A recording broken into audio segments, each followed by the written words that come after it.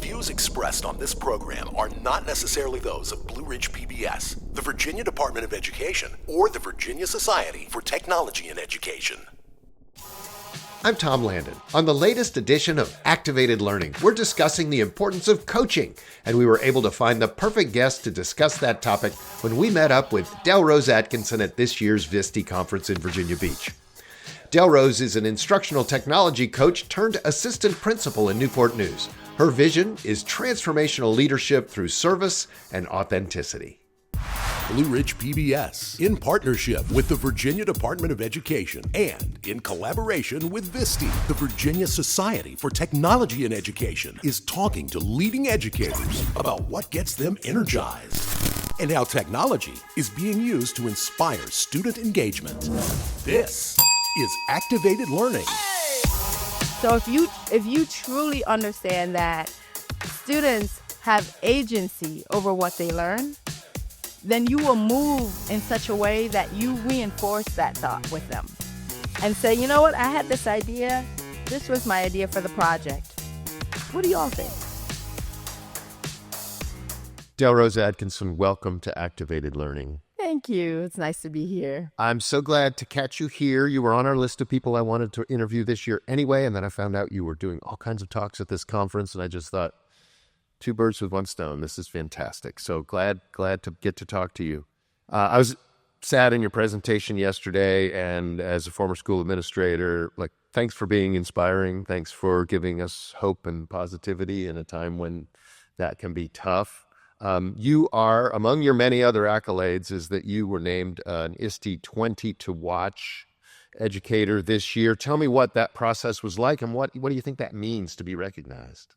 So that was a complete surprise.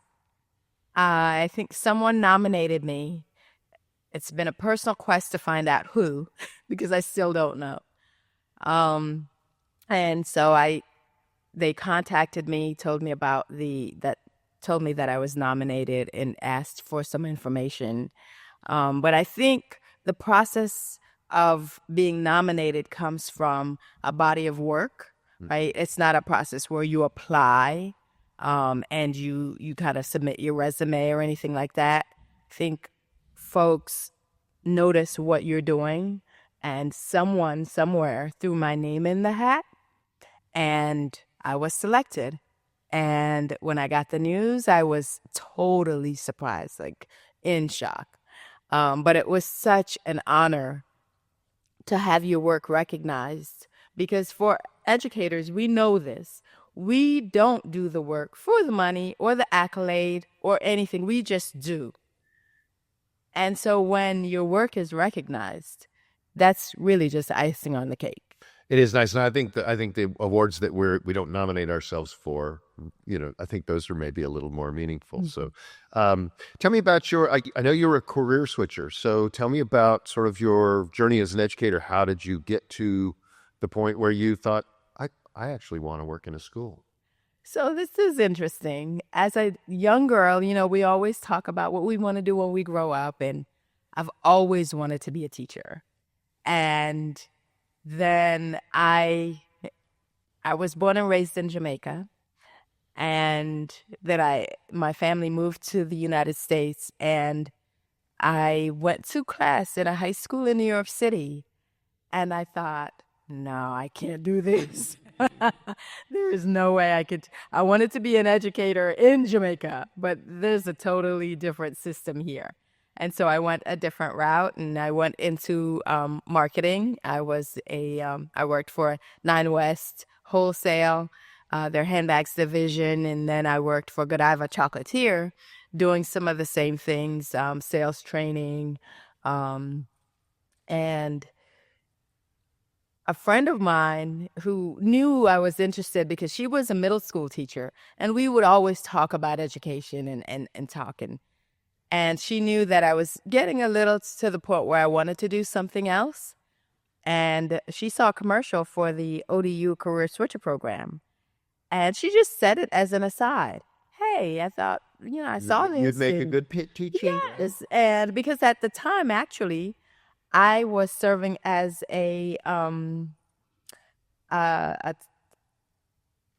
and I cannot remember the term, but it's a teacher who works with students who cannot go to school. Homebound teacher. Yeah. I was working as a homebound teacher. And I mean, it just really reignited my passion for teaching and for teaching and learning in general that was dormant.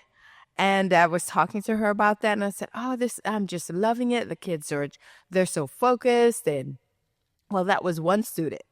So when I went through the Career Switcher program and they stamped me as highly qualified, and I entered my first classroom, and I didn't feel highly qualified. And so I went through that. But that was such a good route for folks like me who are in industry. Well, and it's an answer. It's one of the many answers to our serious problem with teacher shortage. Yes. And so I am passionate about amplifying that route, because that's the route that I came through. There are other alternative routes, but and I think for us coming to a classroom, having had experiences where we applied skills in different ways, it actually makes us, we can bring that as a value. It's a value added to our teacher role. And so going through that process, I entered the classroom in 2005, like I said, as a high school marketing teacher, and loved it. And when I don't feel confident, I do something about it. And so the next year, I contacted Virginia Tech and applied for their Master of Education program in CTE. And I'm so thankful that I took an elective class my first semester. It's called Introduction to Instructional Technology. Sure. And I thought, this is what I need to be doing. And so they allowed me to switch my major from Master's in CTE to Master's in Instructional Technology. We are brethren in that. I also am a Virginia Tech yes. Instructional Technology grad, and it has changed a lot since I did it. But I love that you started one thing and then saw that there was something related. Probably felt more comfortable doing the CTE just because, you're already teaching marketing. Right. But then you kind of found your people. Right. And really, I went into that opportunity with the whole goal of improving my teaching skills, because I felt like since I didn't take the traditional route, maybe there was something I was missing. So as I learned, this is what I should be doing, the next day my kids were doing it. And so going through that process, it was invaluable to my growth. To take it out of the theoretical and practical, make it practical yes. right away. And I know that you're one of these folks who seeks the National Board certifications, and you've become all of the things. You're always kind of doing that. And so you became an administrator. What was behind that decision where you're like, you know what, I love teaching, but I love coaching or whatever it was you were doing at that time, but to make that leap and decide I want to not just be with students all the time? Well, it's interesting. In our district, our ITCs, it's, every district use their ITCs or ITRTs or IICs, whatever they're called, in interesting ways. Right. In our district, we were professional development facilitators, teacher coach, technology integration specialists. So we were coaching teachers, and I loved working with teachers, and through working with teachers, I got to work with students, which was one of my favorite things to do. So really thinking about my impact, right? As an ITC, I would work with, a school building, high school, maybe 100 and some odd teachers. Of that, maybe on average 30 to 50, and really in a range of contacts, right? And so some it was a coaching cycle. For some it was, I need help with this. I have this idea that I want to implement in my classroom, but I need your support. And that's the fun part of these ITC, ITRT jobs, is that The people who I interview who are most excited about it are the ones who a teacher came to them and said, I'm trying to teach this thing. I've been teaching it with paper and pen for all these years. Now I'd like to what can we do? Right. And to see what happens with that. But to answer your question about why did I make the leap, it was about broadening my impact, really, and learning something new. And you know this, every role that you take brings with it learning that only exists in that role. Right. And so as an administrator, bringing my experience as a classroom teacher, bringing my experience as a career switcher, my experiences in ITC, all of and that. Your experience as a marketer, right? Because a lot of what you do probably does reach back to those things you did in retail. The principles, it's all about human connection. I mean, at the end of the day, it's about respecting the other person's humanity, really understanding and connecting with them as a person sharing this space, and understanding that they have priorities and processes and things that they want to do, and really connecting on that space and helping, really figuring out, where do I fit in this person's goal? What do they want from me? And how can I interact with them in ways that motivate, inspire? They walk away feeling like, that was a positive experience. Yeah. Yesterday, you talked a lot about sort of creating a trusting environment and recognizing that other people's reality may not be is not our reality, right? And I don't know if this has ever been your experience in a school, but some schools have not great environments. And how do we come into kind of a distrusting environment and just begin the transformation to getting people to trust us? I was once a teacher in a school that had 4 principals in 3 years. There was no trust, right? We would just decided we would all go in our rooms and we would do our thing because this person may not even be here in another few months.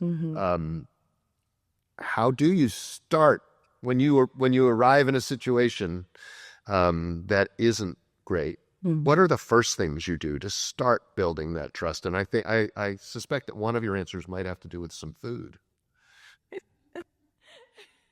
Yes, you are so right. It's interesting to see what happens around food, right? It's typical of, you see it around the dinner table.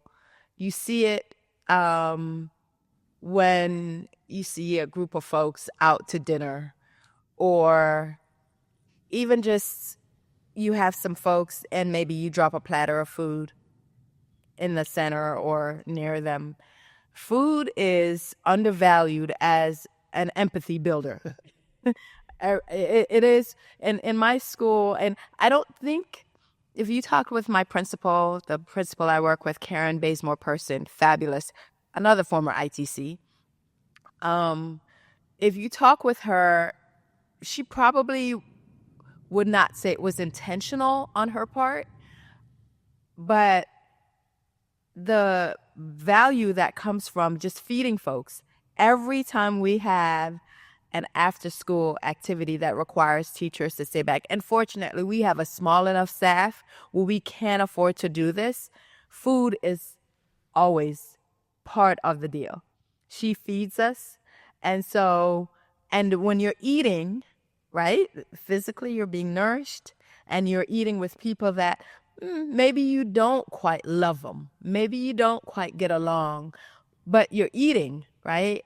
And then you start talking, and then you find out something that you didn't know about the person who teaches across from you or next to you. Right. And you're just talking. You're not talking about work. It's just a conversation. And part of that conversation is what really contributed to, now we're in our second year as assistant principal team. And I can say without a doubt, we have a wonderful culture.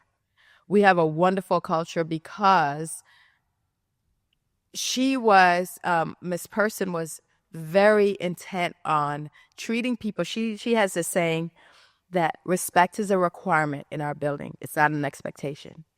And so when everyone approaches each other in a situation from a respectful stance, then that's going to contribute to something positive. And I can tell you, our teacher's lounge during lunch is the place to be. This is Activated Learning. Anywhere that we're building barriers, I just want to think about where we can remove them and how we can make spaces better for kids. Many vendors have sort of realized that they should be prioritizing accessibility and usability in their tools. Subscribe to the podcast on Amazon Music, Spotify, Apple Podcasts, and Blue Ridge PBS Echo TV. You talked about the fact that yesterday that you believe that anyone can become an influencer in a learning environment. We might say that everybody is an influencer. It's just what are you influencing people to do? But my first cynical thought when I heard that, and I'm not a real cynic, but was like, can anyone become an influencer in a learning environment? What do you look for when you're trying to identify the folks who are going to be the people who are going to carry that message forward of positivity and empathy? And here again is where my coaching experience just is invaluable. I have had experiences where I approach a teacher and their first response is, oh, no, I can't do that. Oh, no. Mm-mm. And I remember working with a second-year teacher, 9th grade English, and I just happened to walk by the room where she was working and said, oh, what are you working on? And she said, well, we're doing this activity where they have to identify the themes and the writing, some writing elements, and then they will create like a 30-second pitch or something like that. And so I just said, oh, well, we're using Google Classroom. How about you import the assignment and the explanations and everything in Google Classroom, and then you can kind of support them. They can chat with you. I was just throwing out some thoughts. And she said, oh, no, I cannot do that. I can't do that.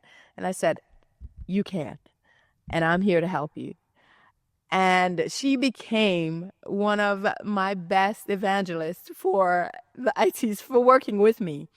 And so when we talk about influence, right, it's really connecting with the person and convincing them that, yes, you are in this space, you're an educator, you can do this is basic to being an educator, influencing, moving minds to doing that which they thought they couldn't. And so if you feel like, oh, I'm just over here in my little space working with my kids, I can't do it. Yes, you can, because as Dee Lanier said this morning, you have it. You already have it. All I'm asking for you to do is apply it in a different pond. You are rocking and rolling over here, and you're doing great things. Let's share. And another strategy, and it's not a strategy, it's just natural to me. I say, I'm visiting classrooms all the time. I see some great things. So your teachers on your team could benefit from that checking for understanding strategy that you just used. Like, awesome. And so share that at your next grade level meeting.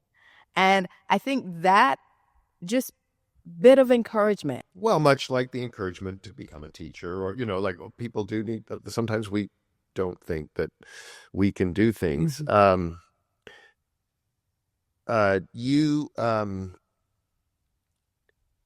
You have a strong love and grasp of instructional technology, clearly. Mm. What are some things you wish all instructional leaders, administrators, because not everybody comes from that lens, knew about, just in general, about instructional technology? So this is interesting because I was having a conversation with a few folks yesterday, and my ITC is here. And so I said, we need to ask Dr. Taisha Batts what it's like to be the ITC at a school where the principal is a former ITC and the assistant principal is a former ITC. And I had an ITC that went to another position last year at that school. And she said, when I found out that I was assigned to Booker T. Washington, I was so excited because she said, I knew you would know how to use me. And I think that's one of the challenges. I experienced it as an ITC. I worked at, I think, 3 different schools, and all 3 were different, right? The leadership team and their approach to how they interacted with the ITC was different. Now, for me, my work process doesn't change. And so if I enter a space and you don't quite know what to do with me, I could educate you on what to do with me. So to answer your question, administrators, instructional technology coaches, they are using them to the point beyond a secretary or beyond, can you, the substitution. We think of the whole SAMR model, the whole substitution piece, right? It's about recognizing that your ITCs are former teachers. They have classroom management experience. They have instructional experiences. And so what we do is we meet with our ITC at the beginning of the semester, and we plan a professional development process and outline. We plan it out for what's going to happen during the faculty meeting. So she gets 20 minutes of faculty. So for whole faculty training, what's going to happen during the department meetings, what's going to happen during the content meetings. And so giving her that outline helps her to plan her time as well.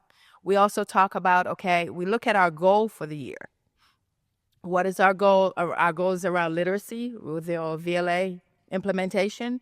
How are we going to scaffold teachers' ability, especially non-reading, non-English teachers' ability to reach our goal of improving students' vocabulary, improving students' reading skills? Where does she fit in our goal? So for administrators, I say the easiest entry point for using your ITC or ITRTs in an effective way, start with your school goal. What is your goal for the year? Every school leader has a goal. And thinking about talking with your ITC, say, this is our goal for the year, and put it on them. How will you support this? And sparking that conversation out of that conversation should emerge a plan. Well, and I just like the fact that you start with the fact, remember that these folks are teachers, right? Because I think often coaches, ITRTs, find themselves on printer duty, or whatever it might be, which is not necessarily wrong, but like recognizing that these are probably among your very best teachers because they went on to get some more training. Exactly. And they're passionate about something. You talked yesterday about the phrase equitable learning activities. Give me an example of when that idea, that concept of equitable learning opportunities is firing on all cylinders. So recognizing that it goes back to goal. And working with teachers, this has actually helped me solidify what I mean by this. So if your goal is for the student to, let's say, explain a concept, right? That's your goal, for them to explain or show you that they understand the concept. Now, how they do that, does that have to mean a 5-paragraph essay? Does that have to mean they have to work out 20 problems? Does that have to mean however you have in your lesson plan? What you have in your lesson plan, can that be one option? And maybe talking with your students. If you think of an objective as an end goal, right, it's not the means. Right. Your objective isn't to have them do 20 questions. Right, exactly. If your goal is to have them explain to you the marketing concept, how they do that doesn't have to be stuck just based on the idea that you came up with, right? Working with your students, and that's where partnership with the learner comes into play. So if you truly understand that students have agency over what they learn, then you will move in such a way that you reinforce that thought with them and say, you know what, I had this idea. this was my idea for the project. What do y'all think? Do you have any other ideas? Because they do. And often their ideas are going to require more work than what your 20 questions or your five paragraph essay was going to ask them to do.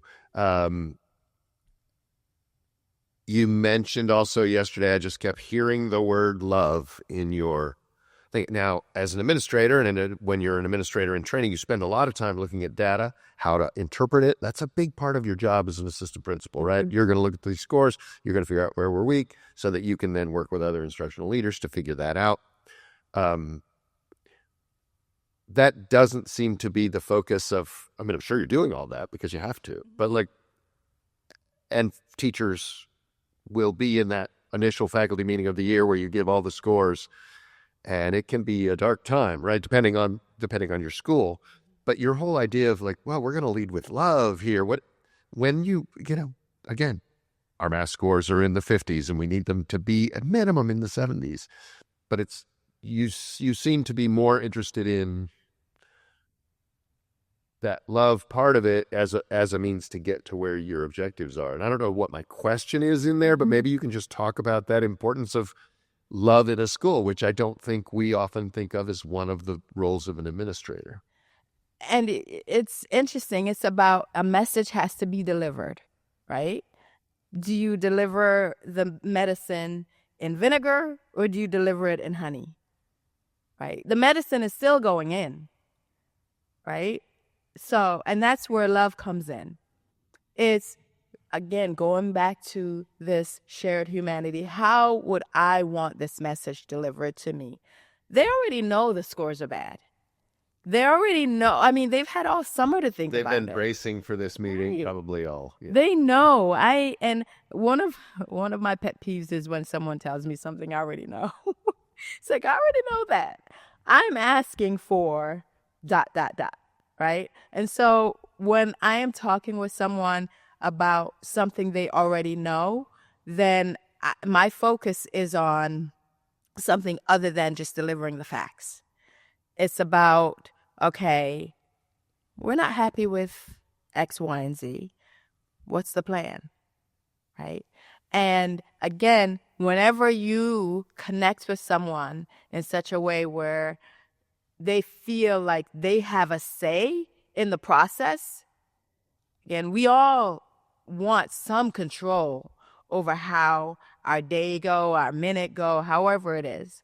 And so when we tap into that, and we're, yes, we show all the scores, or we're talking, let's say it's an observation.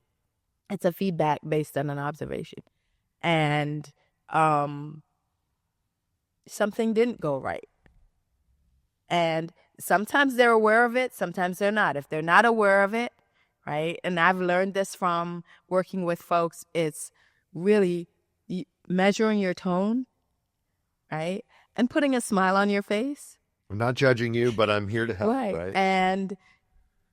And to say we're all here for the benefit of kids, right? Sometimes I think that gets lost a little bit. And that's what we have to have someone in our lives to pull us out of the weeds a little bit, to say, let's not lose the big picture.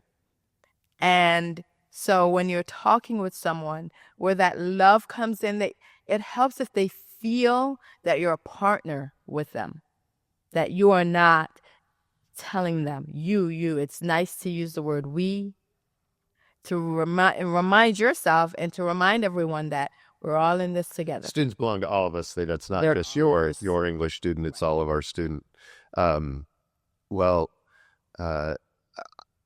think we could talk a long time because clearly you've got a lot to say. And but because this show is only so long, I'm just going to say thank you so much for joining us. I want to, for the audience, if you enjoyed this conversation, please like and subscribe and follow Activated Learning.